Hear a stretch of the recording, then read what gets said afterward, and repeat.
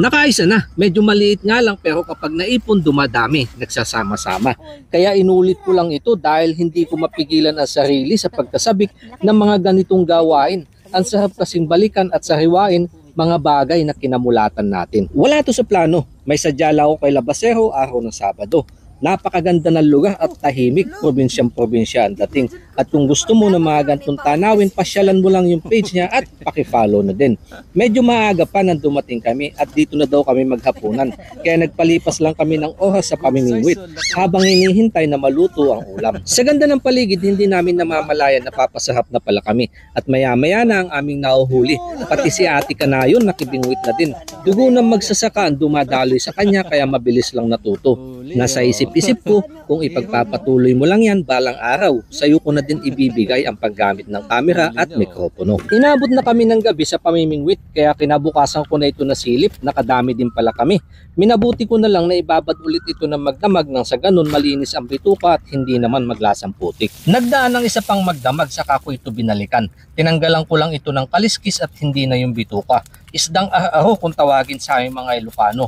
Puyo sa Tagalog, liwalo, tinikan at mertaniko naman sa ibang lugar. Napakasarap nga ng klase ng isda pero nang dahil sa ngalan ng pag-unlad at hindi naalagaan, napabayaan, meron man sa ibang lugar pero maliliit na at ang malungkot sa ibang probinsya naglaho na. Saka ko ito kinama sa asin upang sa ganun matanggal ang dulas at mabawasan ang lansa. Sunod na binanlawan, dito ko na din inihanda ang mga gagamitin kong sangkap at minabuti kong dito na sa kawali gawin ang pagluluto. Pagsasama-samahin ko nga dito sa kawali ang mga inihanda kong sangkap, wala nang gisa-gisa.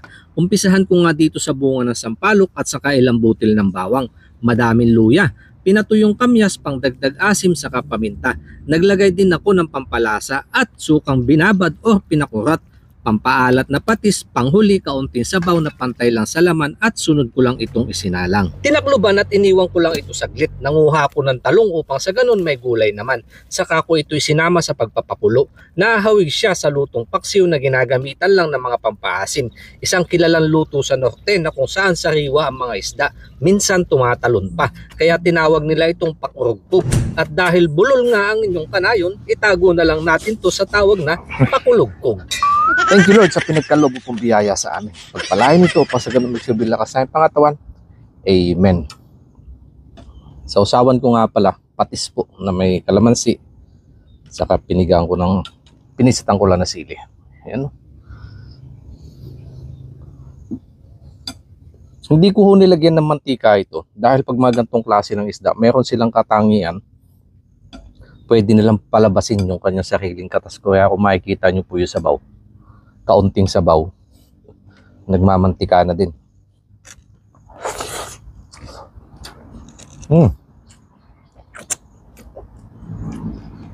Grabe. Nanuot po talaga yung asim.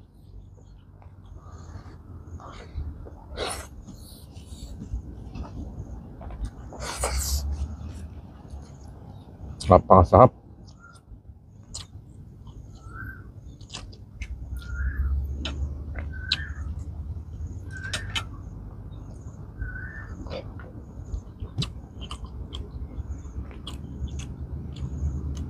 May itlog.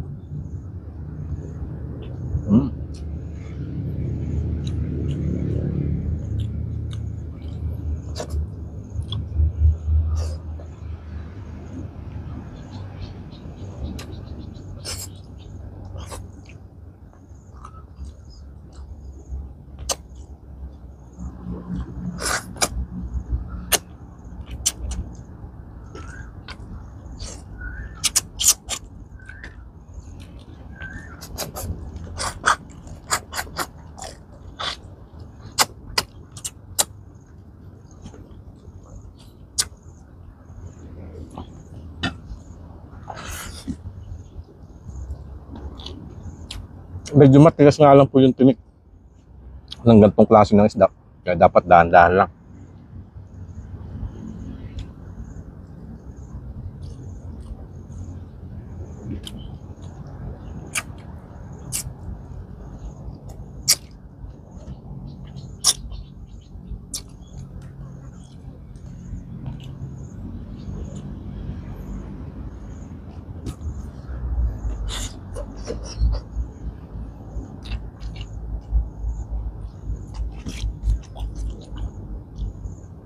Ang lasa.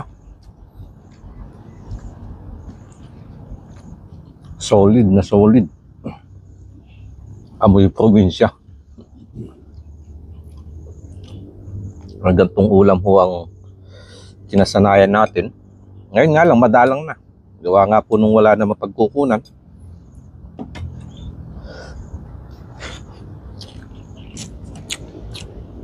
Buti na lang ho.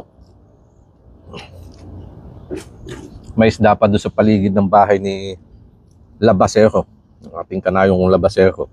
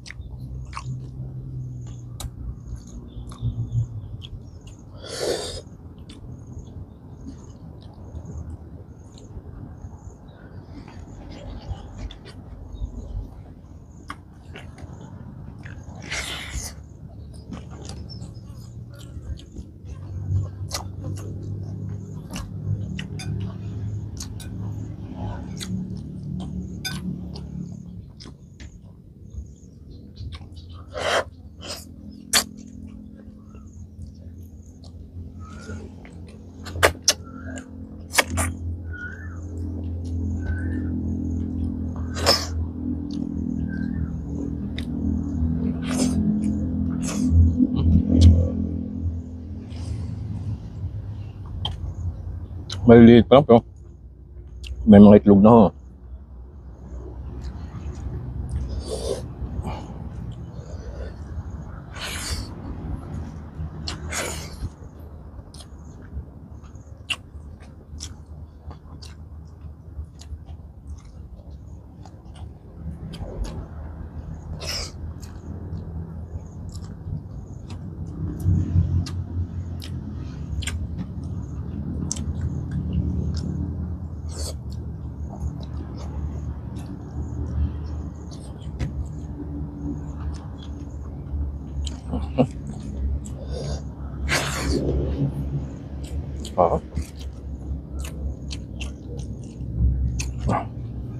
Mukhang mauubos ko to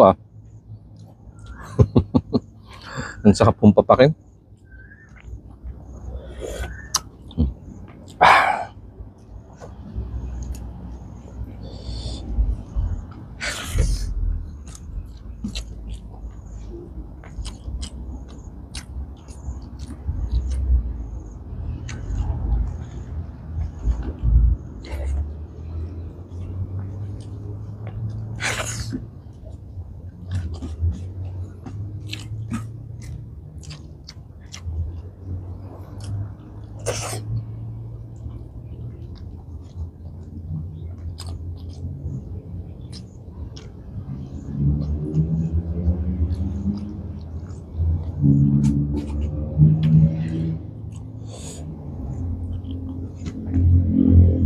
Ano, may itlog na naman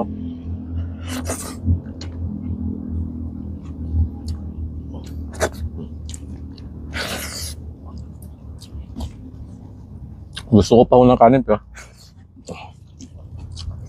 tama na. Magpapak na lang ko ako nito isda.